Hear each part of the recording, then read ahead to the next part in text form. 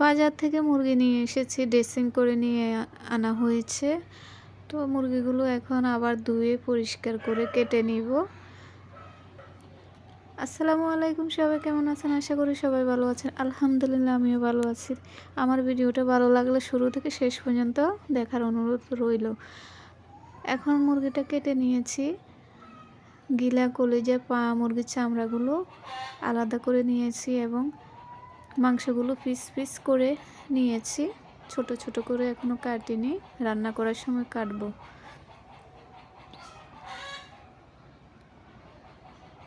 এভাবে মাংস কেটে রাখলে রোস্ট বানানো যায়, অথবা ছোট ছোট করে রান্না করলেও তখন কাটা যায়।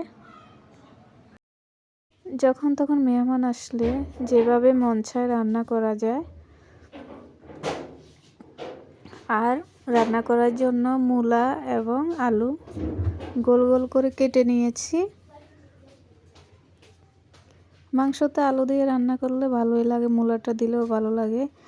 আর এখানে মাংসগুলো আমি এখন হলুদ মাখিয়ে নিব মাংসগুলো বাটিতে নিয়ে নিয়েছি। সবগুলো মাংস রান্না করব। এখানে দিয়ে দিচ্ছি লবণ এবং পরিমাণ মতো হলুদ। লবণ এবং হলুদ দিয়ে ভালো করে এগুলোকে মাখিয়ে নিব। মাখিয়ে কিছুক্ষণ রেখে দিব। আমার মাখানো শেষ। এখন এগুলোকে কড়াইতে দিয়ে দিব। তো কড়াইতে তেল দিয়ে দিব। কড়াইতে তেল দিয়ে দিয়েছি। এখন তেলগুলো গরম হয়ে গেছে। আমি একে একে সবগুলো মাংস তেলের ভিতরে দিয়ে দিব। আমার একটি চুলাতে ভাত রান্না হচ্ছে, আর একটিতে আমি মাংস ভাজি করব।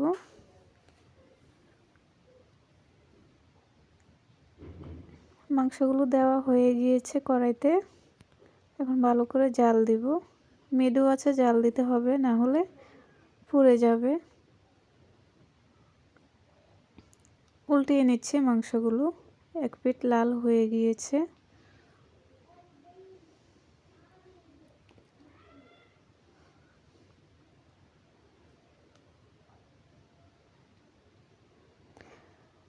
আমার সবগুলো মাংস উল্টানো হয়ে গিয়েছে। আরও ভালো করে ভাজি করে নিব। মাংসটা যত ভাজা হবে তত খেতে মজা লাগবে।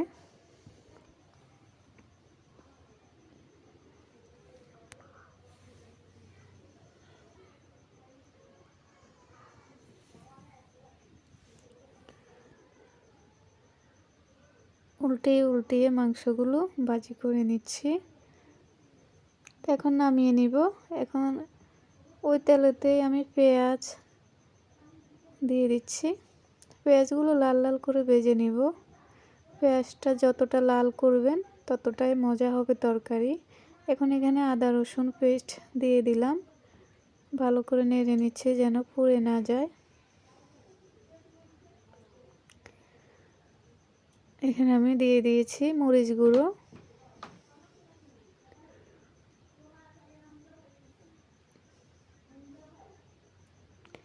এখন দিয়ে দিচ্ছি হলুদ গুঁড়ো, পরিমাণ মতো লবণ। এখানে দিয়ে দিয়েছি রাঁধুনি গুঁড়া মশলা। রাঁধুনি গুঁড়া মশলাটা দিলে তরকারিটা অনেক টেস্টি হয়। এখানে লং, গোলমরিচ এবং দারুচিনি দিয়ে দিলাম। তেজপাতা দিয়ে দিয়েছি।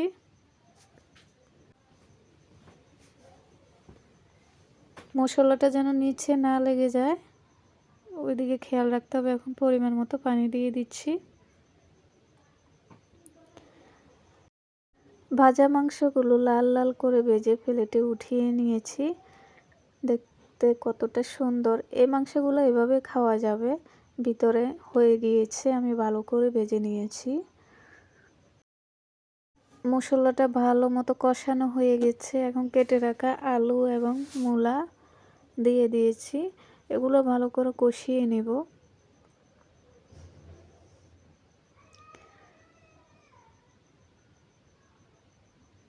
কিছুক্ষণ ঢেকে রেখেছিলাম,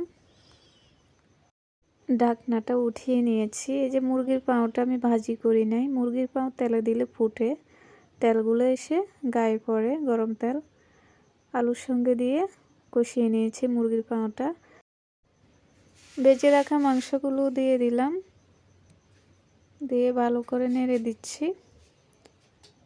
এখন টমেটো দিয়ে দিয়েছি, টমেটো দিলে তরকারিটার স্বাদ অন্যরকম আসে, খুবই মজাদার হয়।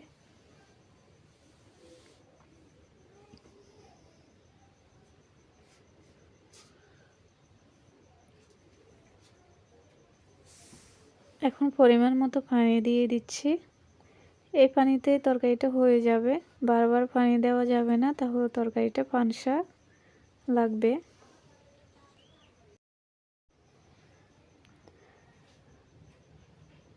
ভালো করে নেড়ে দিচ্ছি। ঢাকনাটা আবারও উঠিয়ে নিলাম। অনেক ধোঁয়া, খড়ির চুলাতে রান্না করলে একটা সমস্যা বেশি হয়। তরকারিটা মাখা মাখা হয়ে গিয়েছে। এখন ধনিয়া পাতা ছিটিয়ে দিচ্ছি উপর দিয়ে। ধনিয়া পাতা দিলে তরকারিটা আরও মজাদার হয়। সবাই ভালো থাকবেন। আমার ভিডিওটি ভালো লাগলে লাইক, কমেন্ট, শেয়ার করে পাশে থাকবেন। আসসালামু আলাইকুম।